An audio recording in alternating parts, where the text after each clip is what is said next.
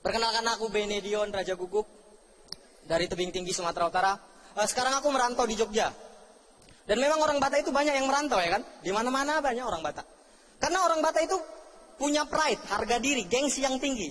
Makanya orang Batak itu malu kalau pengangguran di kampung itu malu. Makanya orang Batak itu suka merantau. Walaupun di perantauan nganggur nggak apa-apa. Nggak apa-apa, yang penting orang kampung nggak tahu, ya kan? Nggak apa-apa. Tapi walaupun begitu, tetap aja banyak orang Batak yang berhasil di perantauan. Karena orang Batak itu punya prinsip di lagu anak Medan. Katanya gini, biar jadi kambing di kampung sendiri, asal jadi banteng di perantauan. Iya kan? Aku udah 5 tahun di Jogja. Dan salah satu yang aku salut gitu dengan teman-teman orang Jawa adalah bagaimana teman-teman orang Jawa sangat mencintai budayanya. Sangat mencintai budayanya. Terbukti dari bahasa yang digunakan oleh semua lapisan masyarakat. Anak kecil, orang tua, semua menggunakan bahasa Jawa. Bagi orang Batak, apalagi yang udah mulai ke kota-kota gitu, jarang lah yang pakai bahasa Batak itu. Malu mereka, katanya bahasa Batak itu kampungan gitu. Bahasa Jawa digunakan oleh semua lapisan masyarakat. Bahkan pendatang ikut belajar bahasa Jawa. Pendatang. Aku udah 5 tahun di Jogja dan sekarang aku bisa bahasa Jawa. Bisa. Suatu hari ya kan, adalah ibu kos datang, manggil dia. Le, neng kene le. Wes tanggal 20 iki. Duit kosmu piye gitu. Sek tobu, duit kun teh iki. Aku bilang gitu ya kan. Sek tobu, sabar tobu gitu.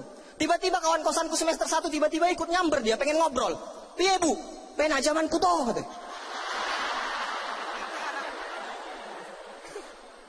Mungkin cuma itu bahasa Jawa yang dia tahu ya kan. Pena zamanku toh.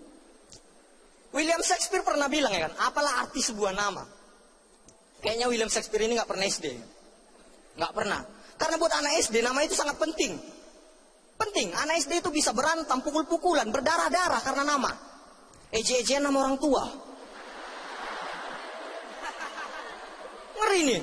Dan aku salah satu yang melakukan ini. Kenapa? Senang gitu melakukan ini.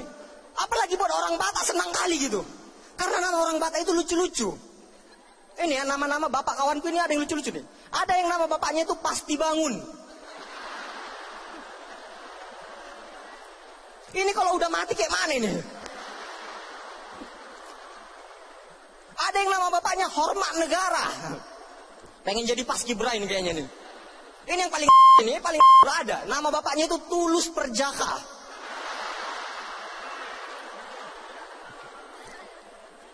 Dan ini menyenangkan gitu ya. Nama orang tua ini menyenangkan. Kenapa? Karena itu bikin orang anak kecil itu jadi kreatif. Contohnya kawanku kalau ngejek nama bapakku. Nama bapakku itu Amran. Mereka itu kalau ngejek kan, woi lengan berlari katanya. Apa lengan berlari? Bahasa Inggrisnya apa? Lengan berlari run. Woi bapakmu katanya. Tapi kasihan ya kan, kalau kayak gini tuh yang bapaknya itu dokter. Kasihan. Kenapa? Karena kalau dia bapaknya dokter, dia di kampung buka praktek ya kan. Di depan rumahnya ada pelang gitu ya kan. Praktek dokter Manhattan Siregar ya kan. Satu kampung tahu nama bapaknya. Kasihan ini ya kan. Bapaknya Manhattan Siregar. Manhattan sama mamanya mana tahan gitu ya. Kasihan ya kan. Kasihan. Terus manusia itu selalu dipengaruhi pemikiran-pemikiran lain, pemikiran orang lain gitu. Apalagi kalau pemikiran ini sudah menjadi pemikiran umum gitu. Itulah yang namanya stereotip. Dan stereotip ini nggak menyenangkan kepada orang Batak ya kan. Stereotip kepada orang Batak itu kasar, nggak mau kalah ya kan. Tukang pukul, preman, copet, supir angkot, tukang tambal ban gitu. Stereotip. Padahal nggak semua orang Batak kayak gitu. Nggak semua Batak itu pemarah ya kan, tukang berantem, nggak semua. Dan ini membuat jadi orang Batak itu nggak menyenangkan lagi. Nggak menyenangkan, kayak aku gitu kan. Pernah suatu kali aku pengen ribut lah sama orang gitu kan, ribut lah. Terus orang ini bilang, kenapa? Berantem kita katanya. Tapi orang ini badannya besar ya kan, berotot gitu kan. Aku nggak berani lah. Udahlah bang, damai-damai aja lah kita, aku bilang gitu kan. Terus kawanku tiba-tiba datang, wih katanya orang Batak, tapi berantem aja nggak berani katanya. Emangnya orang Batak nggak boleh penakut gitu? Orang Batak pun kalau dibacok mati juga.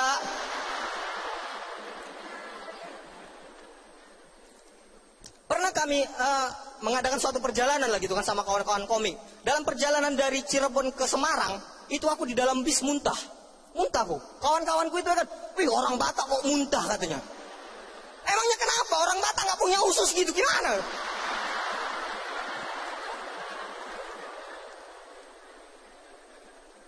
Di Malang, pernah aku sama anak-anak komunitas Malang, pernah makan nasi goreng lah gitu di suatu tempat. Terus aku pesan nasi goreng lah kan. Mas, pesan nasi goreng 1, nggak pedas gitu kan.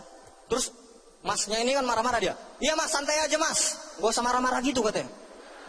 Wih, aku kan takut juga kan. Ya maaf gitu ya. Tiba-tiba kawanku datang ribut. Wih, orang Batak dimarahi orang Jawa katanya. Emangnya kenapa gitu ya?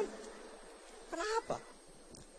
Tapi aku ke Jawa ini ya kan, awal-awal ke Jawa itu aku iri gitu dengan melihat perkembangan Pulau Jawa gitu, iri gitu. Karena Pulau Jawa, kota di sekitar hampir semua Pulau Jawa itu maju, jalanan bagus gitu. Kubandingkan dengan di tempatku, di asalku itu sangat jauh gitu. Bahkan aku mencoba mencari-cari data, kata Badan Pusat Statistik, dari 100% ekonomi Indonesia, dari 100% uang di Indonesia, 58% ada di Pulau Jawa. Pulau Sumatera itu cuma 24%. Maluku dan Papua digabung itu cuma 2%. Sangat tidak merata sama sekali gitu. Salah satu contoh soal teknologi lah, kita mungkin di sini sudah menggunakan internet, komputer ya kan dengan sangat baik gitu. Tapi pernah nggak kita bayangkan orang-orang di pedalaman Papua, orang-orang di pedalaman Pulau Samosir, jangankan make ya kan, ngelihat aja belum tentu pernah ya kan. Miris nggak kalian? Banyak hal yang nggak bisa mereka lakukan gitu. Nonton, contohnya banyak hal gitu. Aku itu punya komputer pertama kali itu kelas 2 SMP. Itu juga second, Pentium 2. Itu pernah aku protes sama bapakku. Pak, kenapa sih aku dibelikan Pentium 2? Second lagi, aku bilang gitu. Nah, nanti kalau kau belikan Pentium 3, kepintaran, katanya. Nanti kau dibodoh-bodohi, katanya. Kayak mana komputer bodoh-bodohi, ya kan? Jangan-jangan kita buka Microsoft Word yang terbuka Winem. Terus ada suara. Kau kena tipu, gitu kan? Terima kasih, Yoras.